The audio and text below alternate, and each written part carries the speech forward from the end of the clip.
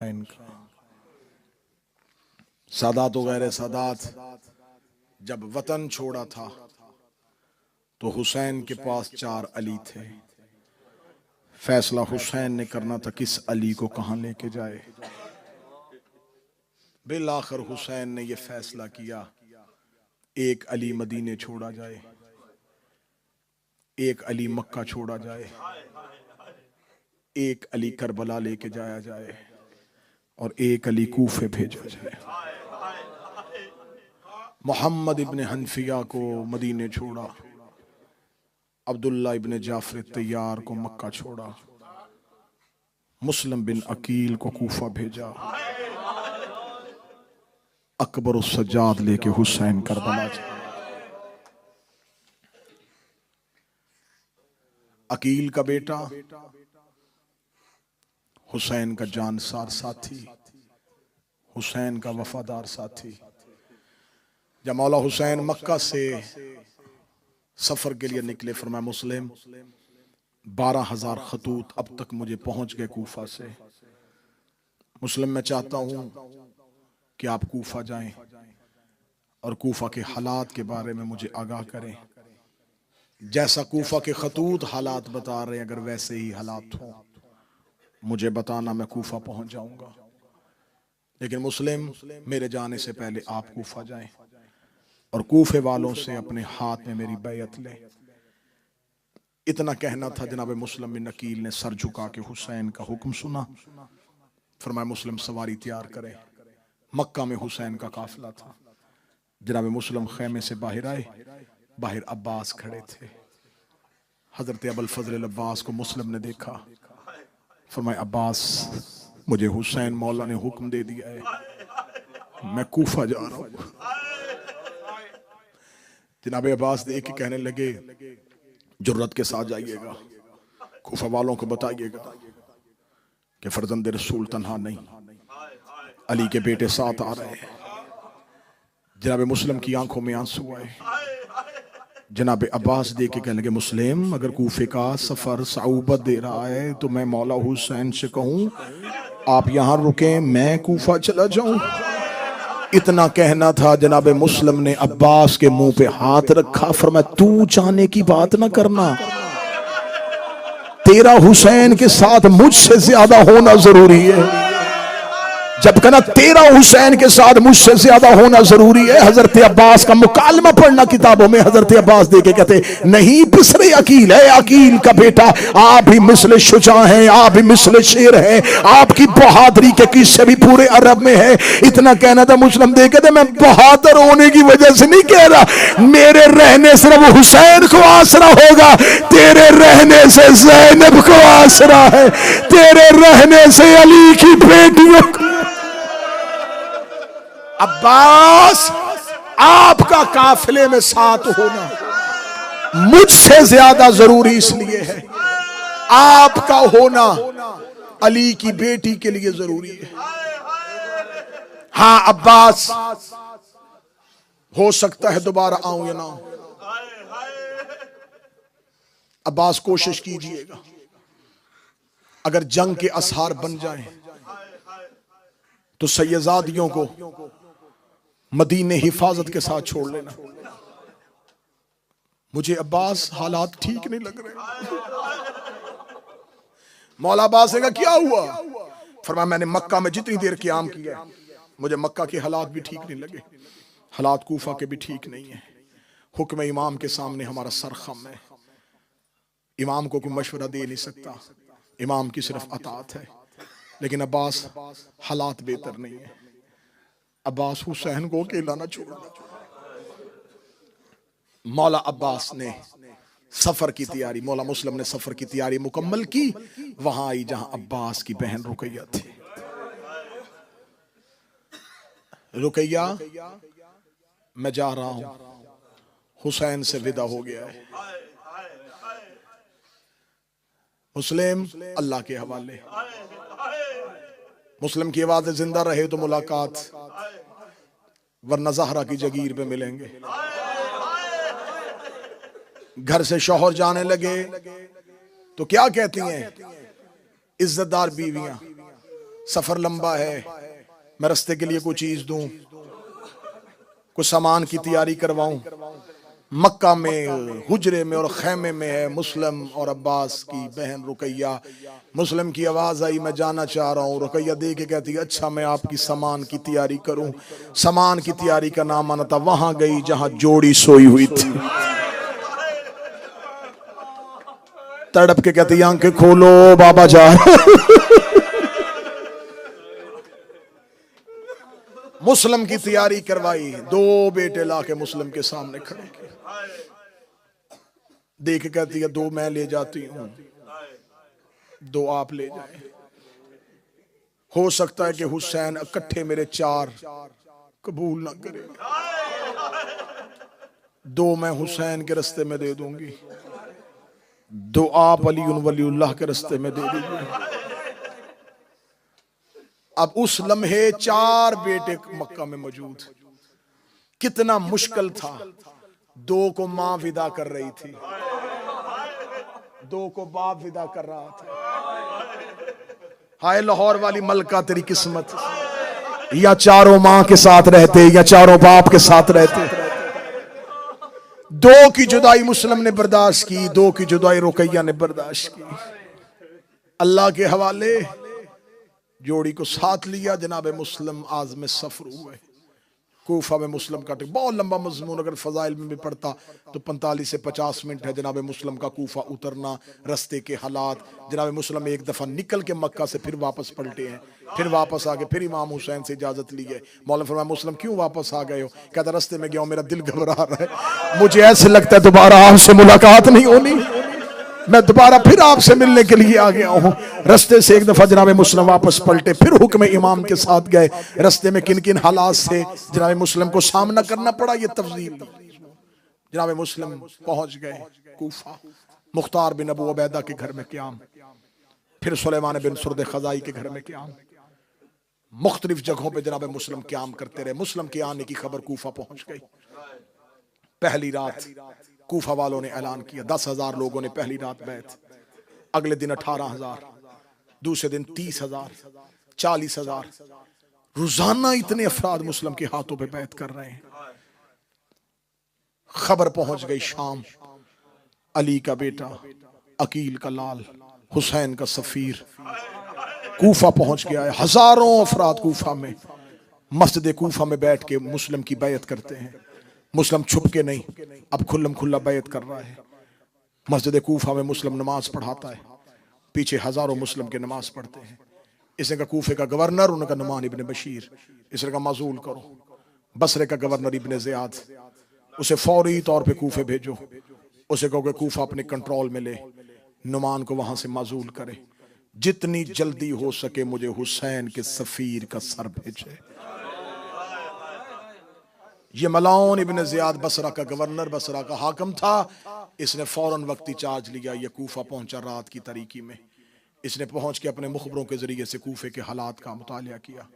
इसने कूफे के हालात को कंट्रोल किया। जिन लोगों से पैसे से खरीदना था पैसे से खरीदा, जिन्हें धमकी देनी थी उन्हें धमकी से खरीदा।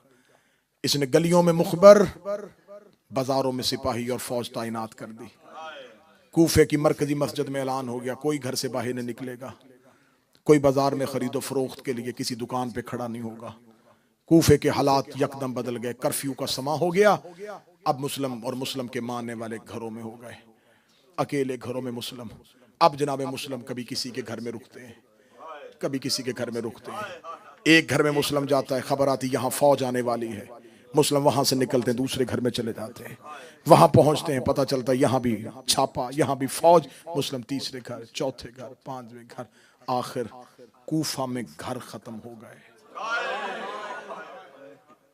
जनाब मुस्लिम ने जब आखिरी नमाज पढ़ाई, पीछे मुड़ के देखा तो कोई नहीं था। अकेले जनाब मुस्लिम कूफा की गलियों में चलते चलते चलते कूफा बस्ती से इतना दूर चले गए कि बस्ती खत्म हो गई। आखिर में एक घर था जिसके आगे बाजार बंद था। मुस्लिम उस दरवाजे पे बैठ गए। कब्जा तलवार पे जनाब मुस्लिम ने पेशानी रखी। 3 रातों से मुसलसल मेरे मौला सोए नहीं थे। होंठों पे प्यास, भूख के आसार। कूफे पे की बेवफाओं का जिगर पे दुख। मुस्लिम का कब्जा तलवार पे सर था, अमामा खुला हुआ था। मगरब का वक्त आ रहा था, सूरज गरूब हो रहा था। उस घर की मालिका दरवाजे पे आई। दरवाजे पे किसी मुसाफिर को, मुसाफिर मेरा दरवाजा छोड़, क्यों बैठा मेरे दरवाजे पे? जनाब मुस्लिम ने कहा धूप थी, बचता हुआ यहां बैठ गया, सूरज गरूब हो गया है, अब चला जाऊंगा। कहेंगे जहां भी जाना है जा। किसी के घर मेहमान आए, जनाब मुस्लिम ने कब्जा तलवार सर उठा, फरमाया आया तो मेहमान था। तुम रोगे लेकिन अगर जुमले समझ सको, आया तो मेहमान था, लेकिन अब कोई मेजबान बनने के लिए तैयार नहीं। दे कहती अच्छा कौन था तेरा मेजबान, क्यों किया उसने ऐसे तेरे साथ? अच्छा जहां भी जाना है यहां से उठ। तुझे नहीं खबर के कूफे का गवर्नर ने आ गया है, कूफे में कर्फ्यू है, हालात खराब हो चुके हैं, मेरे दरवाजे के आगे ना बैठ, किसी और जगह पे जा। जरा मुस्लिम कहते कहां जाऊं? कहती मस्जिद में चला जा, अल्लाह का घर है, वहां हर कोई रह लेता है। मुस्लिम देखे था हम इतने गरीब हैं, हमें अल्लाह के घर में भी कोई नहीं रहने देता। कहती कोई किसी को अल्लाह के घर में रहने से कैसे रोक सकता है? जनाब मुस्लिम ने तलवार उठाई, नियाम पे रखी, अपनी अबाप ने कांधे पर रख के कहा तू कहती अल्लाह के घर में कोई नहीं रहने देता, हम इतने गरीब हैं, हमें हमारे घर में कोई नहीं रहने देता, हमें हमारे वतन से निकाला गया। इतना कह के मुस्लिम जाने लगे। देखे लगी मुसाफिर, कूफे के हालात बेहतर होते मैं जरूर तुझे अपना मेहमान रख लेती, लेकिन कूफे के हालात बेहतर नहीं है। जनाब मुस्लिम ने गली का मोड़ मुड़ा, मुड़ के कहते मैं तेरी जन्नत का जामन हूं, ज़हरा की औलाद का अपना मुकद्दर। ज़हरा की औलाद का नाम आना था। नंगे पांव मुस्लिम के पीछे चली, पीछे चल के कहती इतना बता दे तूने जिसका नाम लिया उसे जानता है? जब मुस्लिम कहते तू उसे जानती है? कहती मोहम्मद की बेटी है, उसके दो हसन और हुसैन जैसे बेटे हैं, वो अली की सौजा है, मैं तो उस शहजादी की कनीज हूं। मुस्लिम दे जिसकी कनीज है मैं उसी की औलाद।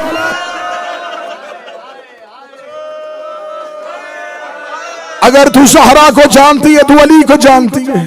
हाँ हाँ मैं जानती हूँ अली को। फरमा अगर तू अली को जानती है तो यकीनन तू अली के भाई अकील को भी जानती है।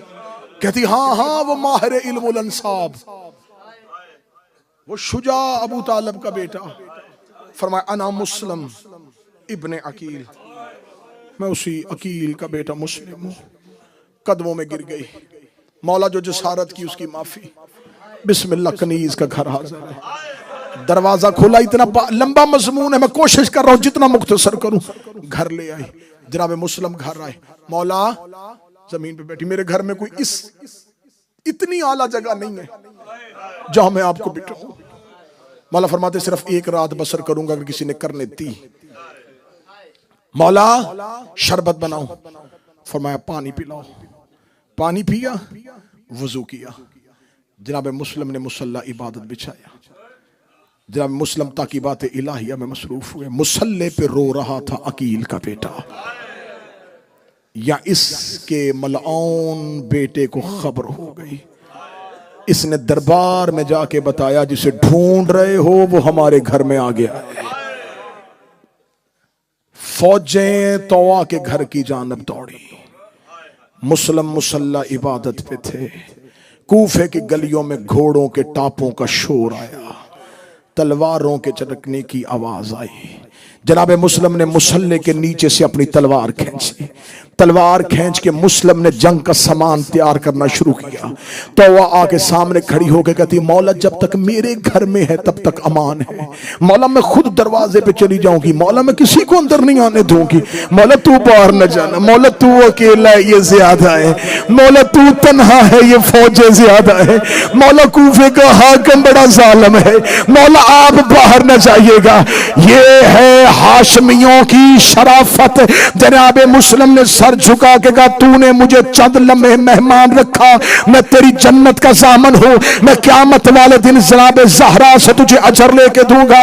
मैं तुझसे वादा करता हूं क़यामत तक जब जब मेरी शहादत पढ़ी जाएगी, साथ साथ तेरा तज़किरा होगा, साथ साथ तुझे सलाम किया जाएगा। तूने चंद लम्हों मुझे मेहमान रखा है, मैं तेरा अजर तुझे दुनिया में भी दूंगा, आखिरत में भी दूंगा, लेकिन मुझे घर से बाहर जाने दे।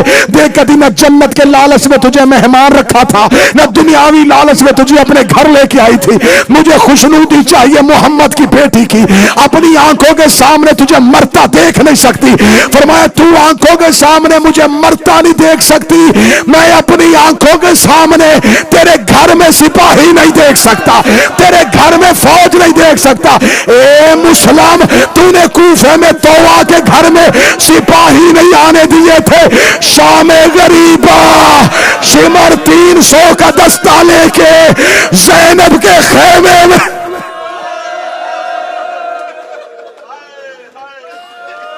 बस आखिरी सत्र तफसील नहीं पढ़ सकूंगा, आखिरी सत्र। जनाब मुस्लिम बाहर आए, गली पीछे से बाजार बंद, आगे से मुस्लिम ने हमला किया, इतना जोरदार हमला, घोड़ों से बदन गिरने शुरू हुए।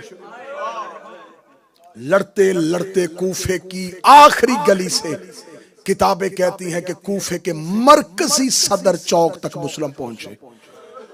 अकेला मुस्लिम पूरे कूफे में, हर गली से आवाज आ रही है, इधर आ रहा है मुस्लिम, इधर आ रहा है मुस्लिम, इधर आ रहा है मुस्लिम, इधर आ रहा है मुस्लिम। गलियों में भगदड़ मची है, ऐसे लगता है जैसे क़यामत आ गई है। कूफे में अकेला मुस्लिम, जिस गली से हमला होता उस गली में जाता, जिस बाजार से हमला होता उस बाजार से जाता।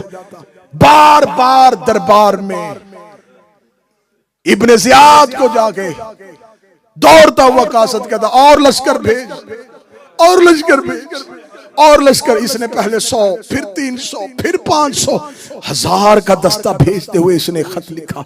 इसने कहा किसको मार रहे हो, एक के लिए इतनी फौज? उन्होंने कहा ये आम कूफे का फर्द नहीं, ये हाशमी है, इसके सामने ये कूफे के तेरे तनख्वाहदार सिपाही जंग नहीं कर रहे। इस मल्लाओं ने कहा फिर तुम्हें किसने कहा है कि अली के बेटों के साथ तलवार से लड़ते हैं? इन्हें जब भी मारते हैं इन्हें धोखे से मारते हैं। इन्होंने एक गली को बंद किया, उसके अंदर गड़ा खोदना शुरू किया, उसको खसो खशा के साथ भर दिया, फिर उस बाजार को खाली किया, आगे से मुस्लिम पे हमला कर दिया। मुस्लिम पिछले कदमों से हमले को रोकते हुए जा रहे थे, या गड्ढे पे मुस्लिम का पांव आया। जनाब मुस्लिम ने शेब के अंदर गिरे, अकेले मुस्लिम का अंदर गिरना था। मौलानों ने मुस्लिम के इर्द गिर्द घेरा डाल दिया। जिसके पास पत्थर था उसने पत्थर मारा, जिसके पास नेजा था उसने नेजा मारा, जिसके पास तलवार थी उसने तलवार मारी। अकेला जख्मी मुस्लिम गड़े में कह रहा था, ओए आज मेरा अकबर होता, ओए आज मेरा गाजी होता, ओए आज मेरा कासिम होता, ओए आज हम सारे होते। मातम करके जुमला सुनना, मातम करके जुमला सुनना,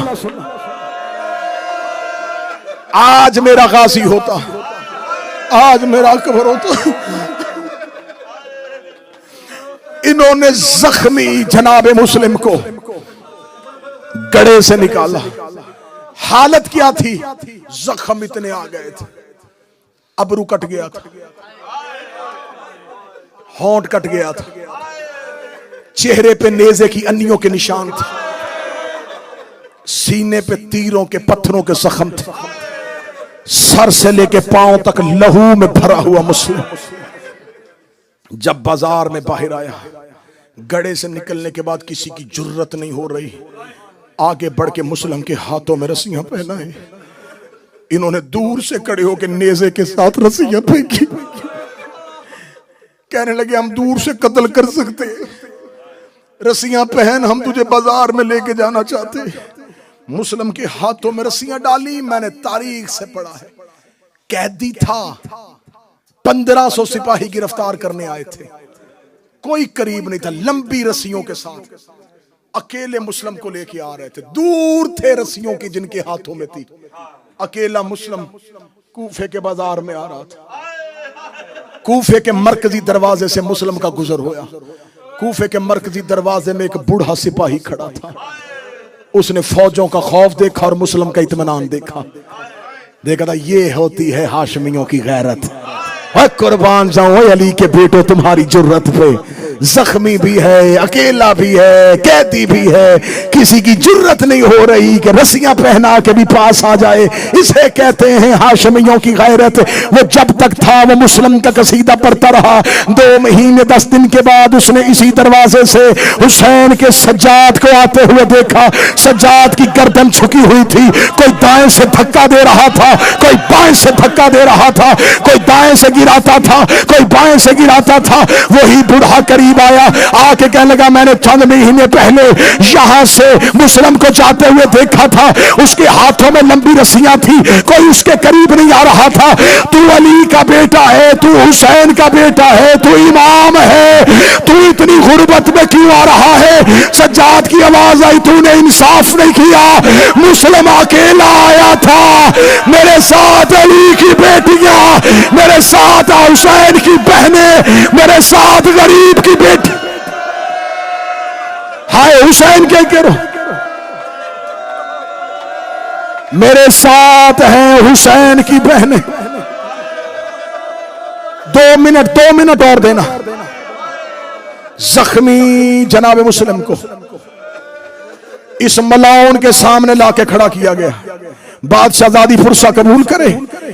इस कमीने ने सीढ़ियां उतर के मुस्लिम के सामने आया।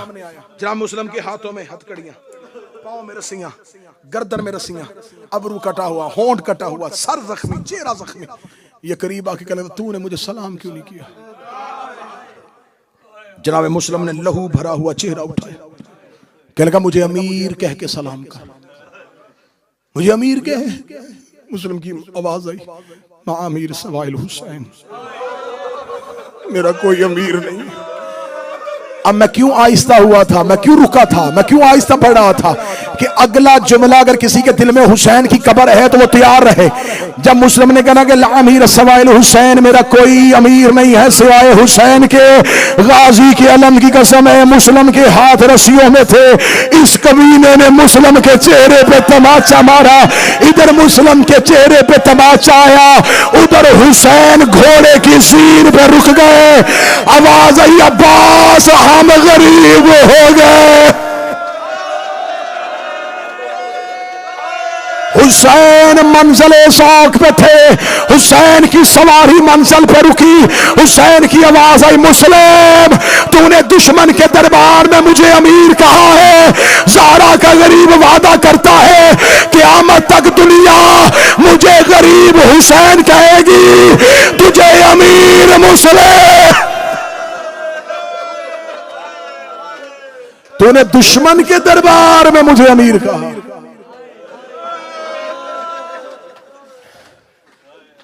जख्मी हुसैन ने मुस्लिम को देखा, जख्मी मुस्लिम को हुसैन ने देखा। इसका ले जाओ दारुल अमारा की छत पे,